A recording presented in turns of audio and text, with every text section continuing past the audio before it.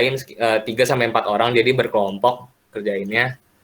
Terus spesifikasi material, ini kalian bisa lihat ada beton, terus ada baja tulangan, terus juga ruang lingkup di sini ada, nanti coba kalian baca. Nah, terus juga ini ada acuan peraturan yang digunakan juga. Ntar kita ada pakai 3 SNI kira-kira, SNI 1726, terus 1727 sama 2847.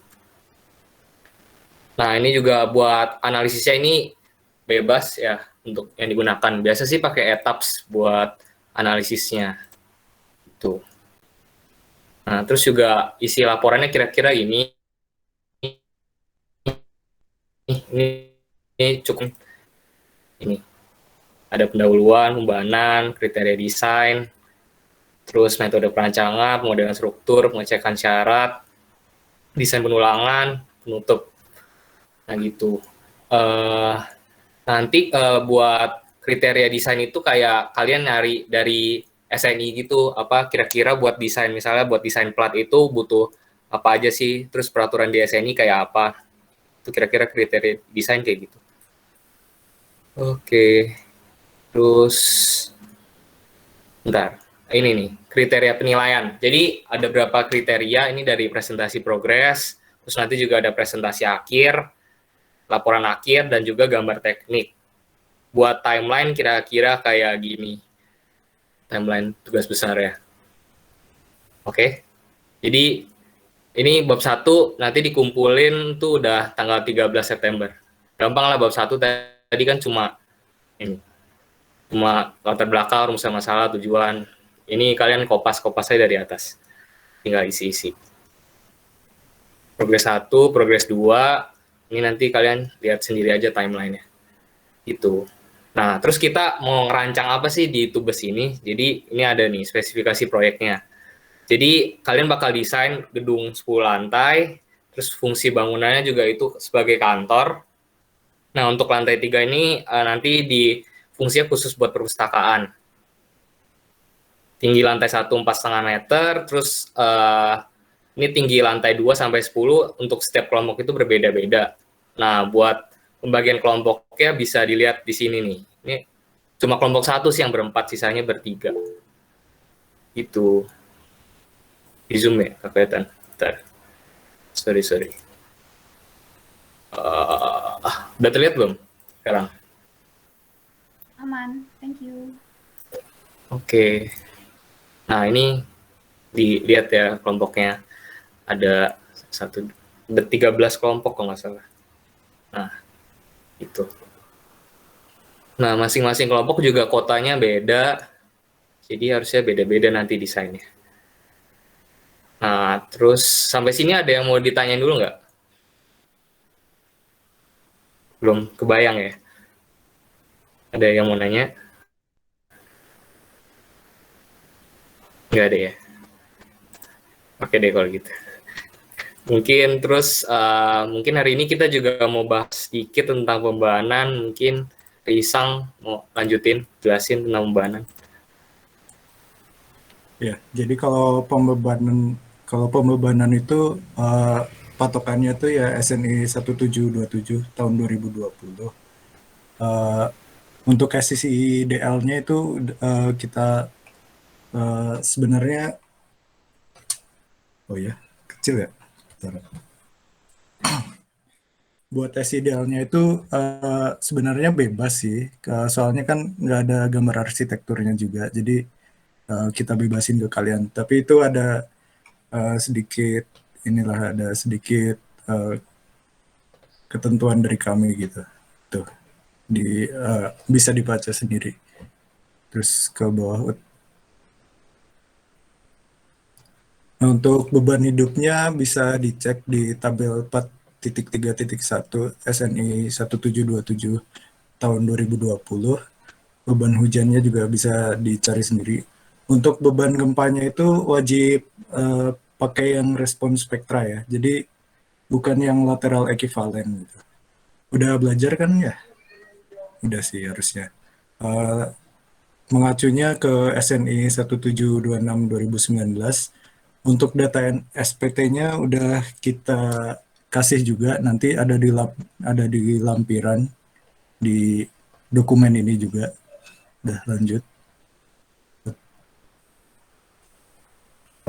Kamu nanya. Nah, Halo? untuk kombinasi bebannya juga bisa dilihat di SNI 1726 2019. Oh ya, ada yang mau nanya? Sorry nggak kedengeran. Iya, iya Kak ya. Tadi sebelum maju ini takut ini kan kalau respons spektra tuh bisa apa namanya dicocokin sama yang di pusjatan ya. Jadinya pakai yang eh, kita hitung aja atau nanti misalnya agak-agak beda-beda di lima pusjatan patokan ke pusjatan aja ya. Kalau itu sih sebenarnya terserah, tapi kalian pilih yang mana itu nanti dijelasin alasannya ya di laporannya gitu. Ya sesuai judgement kelompok aja. Oke. Gitu. Ada yang mau nanya lagi?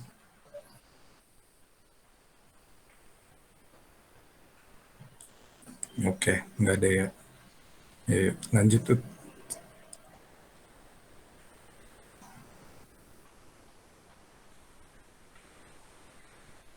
Ya buat redundansi dan lain-lain ya baca sendirilah ya 1726 gitu. Lanjut.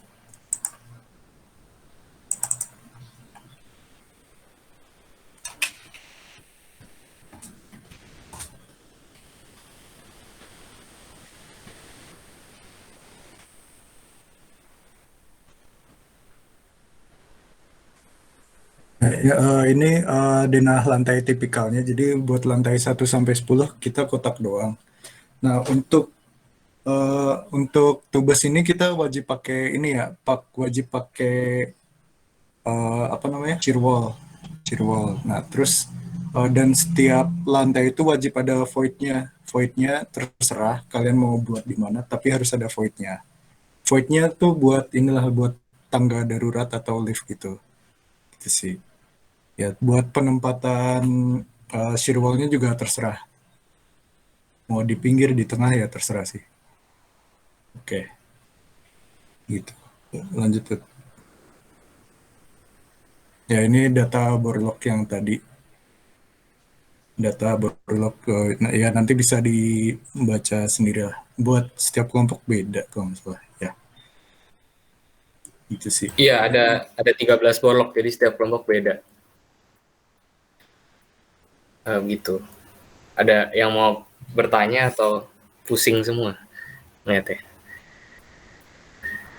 Jangan pusing dulu ya teman-teman. Ini walaupun kita progres 1 isinya cuma bab 1 doang, tapi saran gue langsung mulai etap saja sih. Mulai preliminary design. Nah, preliminary design nentuin dimensi balok kolom pelatnya dari SNI beton ya. Ada tebal minimum apa segala macam gitu. Mulai tentuin aja. Sama ya mulai modelin juga di tabs. Gitu sih.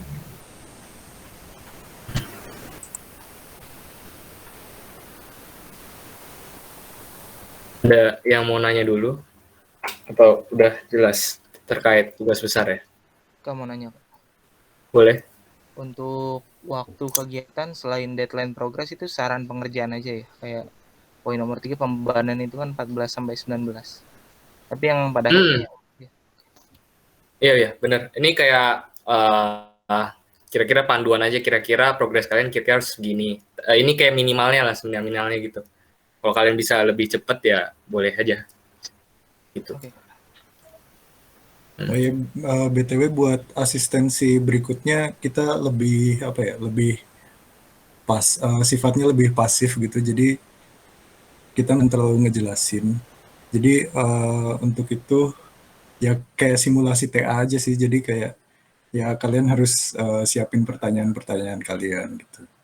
Sama di tengah nanti ada presentasi progres ya. Udah kayak TA aja sih. Gitu. Presentasi progres itu yang tanggal 25 sampai 30 Oktober. Iya. Gitu sih.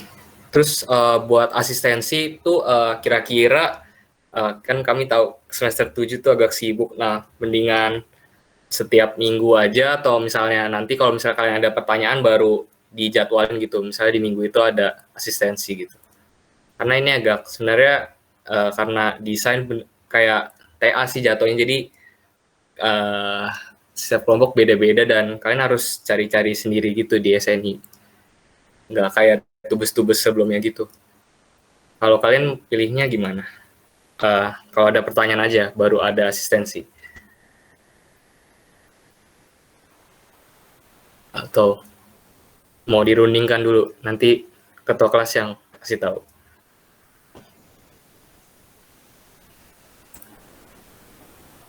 Gimana nih? Teman-teman. Mungkin dirundingin dulu aja. Oke, dirundingin dulu aja ya. Oke, ada yang mau nanya lagi tentang tubesnya? Tentang tubesnya nggak terlalu susah kok. Berarti untuk perangkat lunak yang buat simulasiin strukturnya itu dibebasin ke kita kayak entah itu etap, sub atau apa. Iya, bebas. Biasa sih pakai etap sih dulu. Bebas, tapi kita kebanyakan ngertinya etap sih, jadi ya. Oke. Soalnya dari dulu pakai etaps gitu kalau Rexro. Tapi kalau ada yang ngerti Midas ya boleh-boleh aja sih, nggak apa-apa. Tuh. Ada yang mau nanya lagi?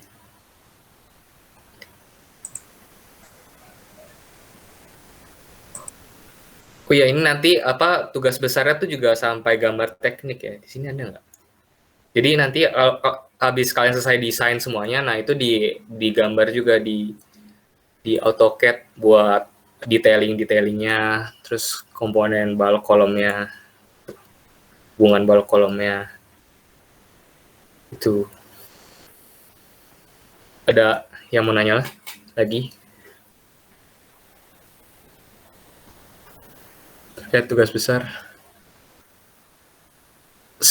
Pak Musina udah jelasin sampai mana ya di kelas ya? Rextrup ya? Sejauh ini baru respon spektra sih. Baru respon spektra. Tugasnya kalian ngerti nggak berarti yang tugas 1? Udah ngerti belum cara ngerjainnya? Nggak kebayang. Dari pribadi. Yang nomor satu kan respon spektra bisa dong berarti? Iya, tapi borok kan? Ya. Iya.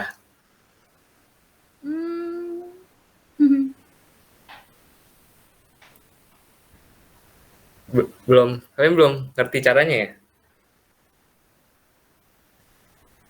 Saya belum sih. Di kelasnya ada yang udah ngerti belum? Pak Musina nggak ajarin cara ininya ya? Enggak, Kak. Ajarin konsep, nggak begitu ke itu. Bentar ya. Oke, kalau gitu.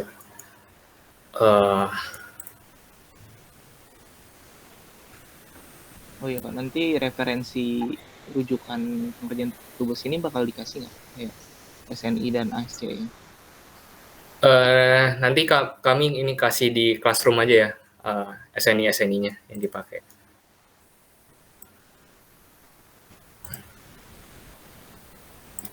Bentar, kalau gitu ini deh. Kalian belum ngerti cara hitung bor ini ya, rasitus berarti ya? Rasitus. Bentar.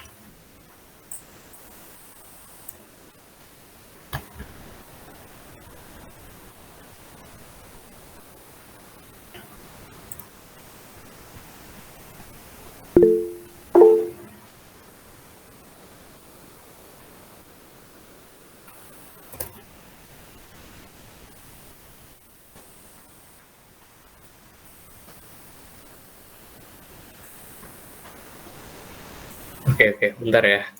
Coba cari ini dulu, cara ngitungnya tuh dari Excel. Ini nih.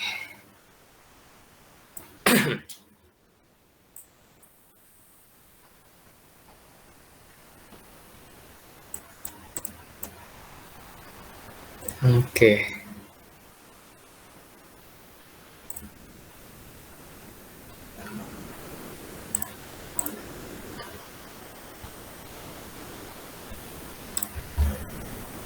Hmm, 1726.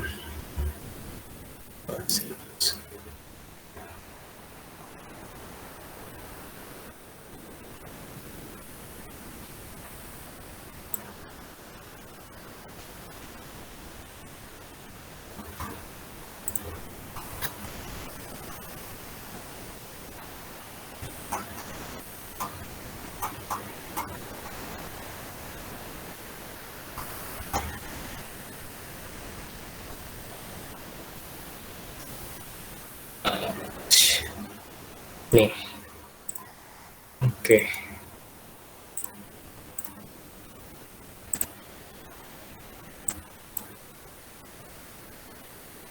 Nih, aku coba share screen dulu bentar. Share screen. Hmm,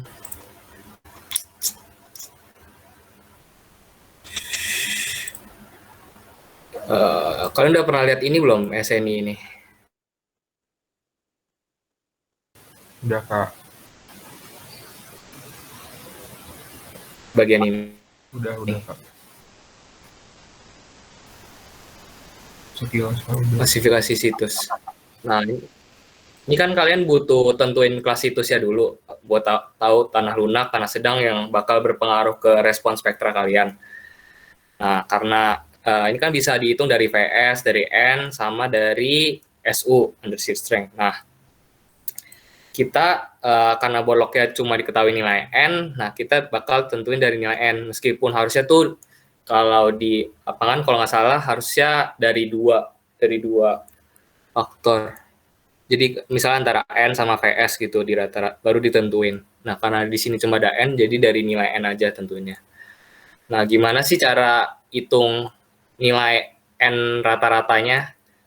Nah, di sini di SNI ada ini agak beda. Jadi jangan langsung kalian average ya. Agak beda caranya.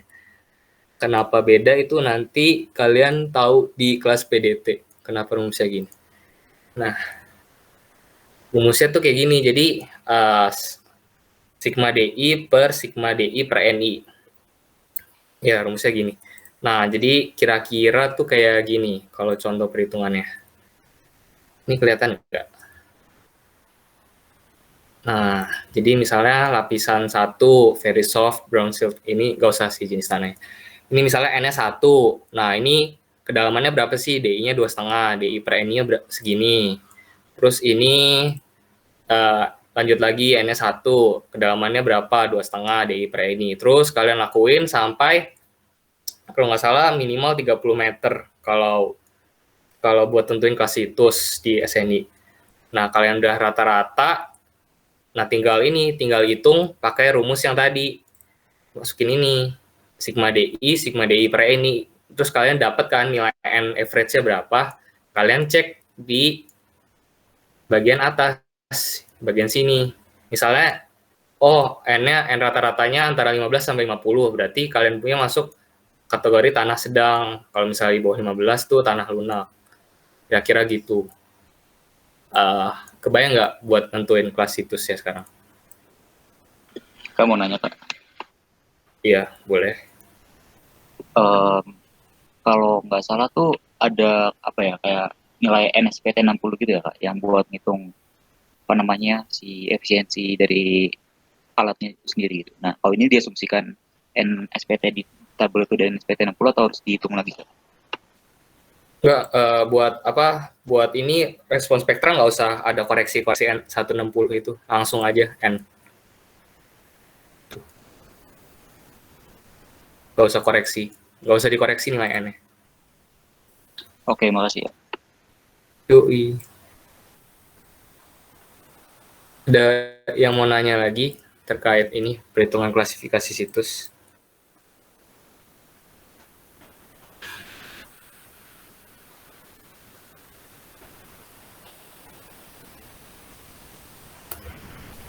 Terus lanjut dulu deh. Pak Mus ngajarin apa ya respons vektornya? Dia nggak ngajarin itu di kelas. Atau jelasin konsep doang? Prosedurnya singkat sih Kak, jadi nggak terlalu banyak detail gitu. Selebihnya konsep Oke. banyak. Oke. Nah, terus habis kan kalian udah dapat nih kelas situsnya dari yang cara ngitung yang tadi. Nah, sekarang kalian butuh nilai ini kayak SS, S1, TL, periode panjang. Nah, ini kalian dapetin dari peta gempa, kalian baca. Nah, terus juga ini ada FA, FV ini dari mana tabelnya? Nah, dari sini nih kelas situs yang kalian tadi udah hitung, pengaruhnya di sini. Misalnya FA ini koefisien situs buat SS, buat T periode 0,2 second. Nah, kalian lihat misalnya SS kalian di berapa, terus kelas situsnya berapa. Nah, kalian ambil, misalnya di antara itu kalian tinggal interpolasi aja di forecast gitu. Misalnya ini kan, makanya ada koma-koma. Nah, gitu. Terus juga berlaku buat FV. FV ini yang buat 1 second. Nah, gitu. Jadi ada koreksi terhadap kelas situsnya, besarnya si S ini. Nah, habis itu kalian udah dapet faktor ininya, FAFV-nya, kalian tinggal ikutin nih di sini nih. Cara ngitungnya SDS, SD1, ini dari 2/3 SMS, ini SM1 kayak gini. Ini SM1, misalnya S1 kali FV, SMS juga berarti FA kali SS. Kalian dapat SDS, SD1, kalian tinggal hitung pakai rumus ini. Kan kalian udah tahu bentuk respon spektranya. Nah, gini kan, dari yang rumus itu. Nah, yang ini. Nah, tinggal kalian hitung. Nah, habis tinggal diplot deh terhadap periode. Jadi dapat misalnya periode sekian, SA-nya sekian, periode sekian, SA-nya sekian. Itu.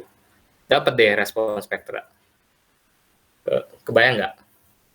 Tinggal ikutin SNI aja sih, ini dari yang atas ini nih tadi. Tinggal baca. Harus banyak baca SNI buat Rexrock. Dari sini. Terus habis hitung rata-rata, jadi kira-kira rangkumannya kalian hitung N average, dapat N average, kalian lihat kelas situsnya apa, dapat kelas situsnya apa, kalian lanjut lagi, lanjut ke ini dulu, lihat peta gempa SS sama S1-nya berapa, tergantung lokasinya. Habis dapat, kalian tinggal hitung pakai ini, bukan hitung, FV-nya. Nah, dapat SMS sama SM1. Tinggal masukin rumus-rumus ini. Terus tinggal diplot terhadap periodenya. Dapat deh respon spektranya. Itu. Gampang kan ya? Nggak susah kok. Ada yang mau nanya sampai sini?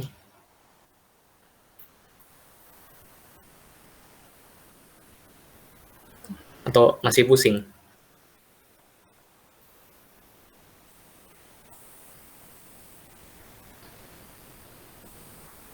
Enggak deh ya, udah jelas ya berarti ya.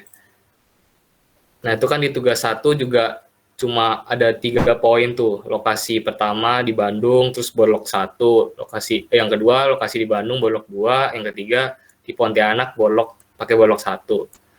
Terus kalian tinggal ikutin itu apa aja yang diminta. Itu buat nomor 1. Udah clear ya?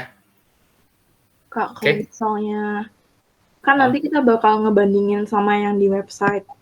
Itu kalau misalnya di website kan bisa masukin kota gitu kan. Nah, di sini kan di Bandung itu kan ada 2 macam kan, ada yang BM1 sama BM2. Cara ngebedainnya itu dari data apanya? Nah, itu nanti tergantung analisis kalian, nanti pas kerjain harusnya kalian tahu bedanya apa nanti. Itu sih. Kalau dijawab sekarang nanti ketahuan jawabannya. Ketahuan kok, nanti kalian lihat aja bedanya apa. Gitu. Ini harusnya beda hasilnya. Ini BM1, BM2 ini ya apa? Ini nih, BM1 dari Borlok ya. Nah, jadi kan kalau besarnya gaya gempa tuh harusnya ditentuin, dipengaruhi sama jenis tanahnya, terus juga lokasi bangunannya di mana. Nah, ini kan udah beda. Berarti harusnya ini kan beda nih, ada lokasi dan bolok. Nah, ini harusnya ini nggak share screen ya. Sorry. Sorry, mana ya? Sorry banget. Nih, ini kan yang satu itu ada lokasi Bandung BM1, yang kedua lokasi Bandung BM2. Ini kan boloknya beda, jenis tanahnya beda. Nah, ini harusnya berpengaruh nanti ke hasilnya. Itu sih. Tadi Din yang nanya ya. Udah ini belum? Udah jelas belum, Din?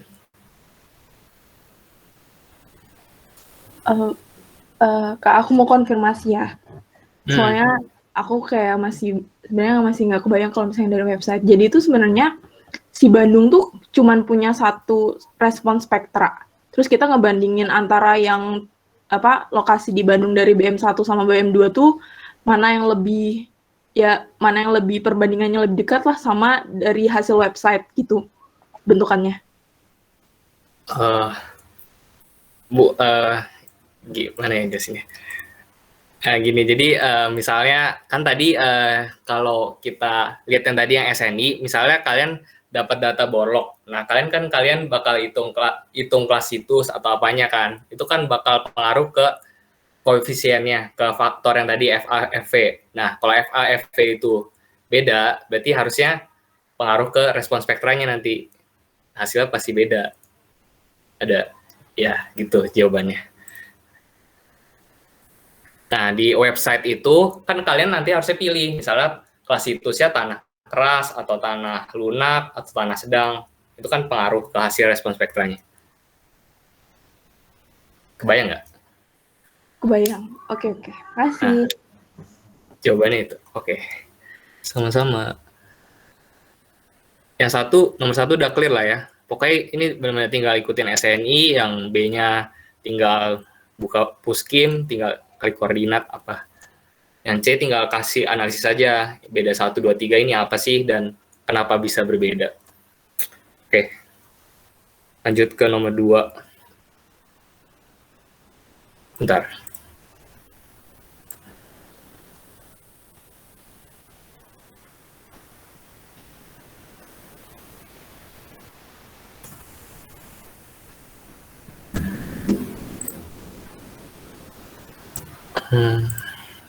Lanjut ke nomor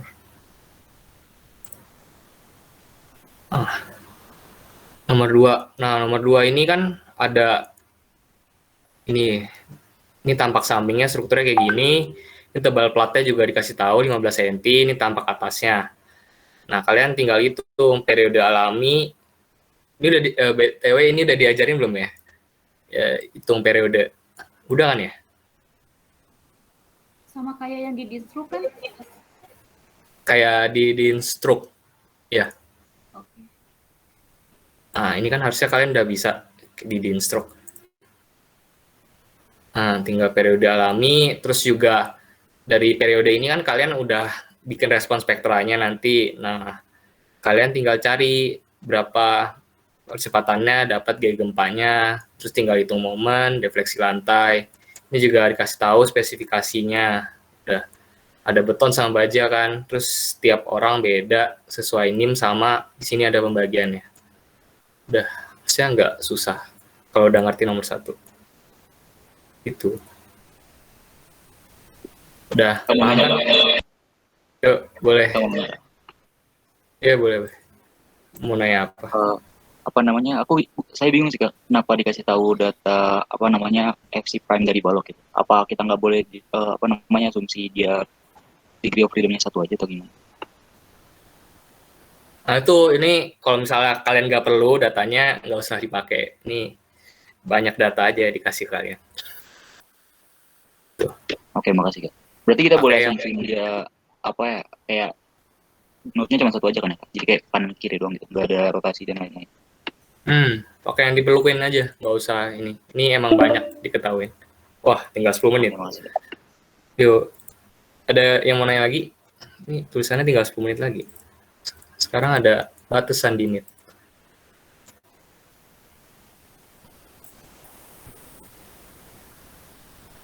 Udah clear lah ya buat tugasnya. Tadi cuma bingung di respon spektra kan. Oke deh, kalau udah nggak ada yang mau nanya kan ya? Tuh, masih ada lagi. Kalau udah nggak ada, kalau gitu palingan segini aja sih buat asistensi yang pertama. Nanti buat peraturan-peraturan dipakai, SNI 1726, terus 2847 segala, kami upload di Classroom deh, biar semuanya bisa lihat. Itu. Oke deh, kalau gitu. Makasih banyak teman-teman. Semangat ya. Ini gampang korek, gak susah-susah amat. Oke. Thank you, Kak. Makasih. Yuk. Makasih. Yuk. Selamat.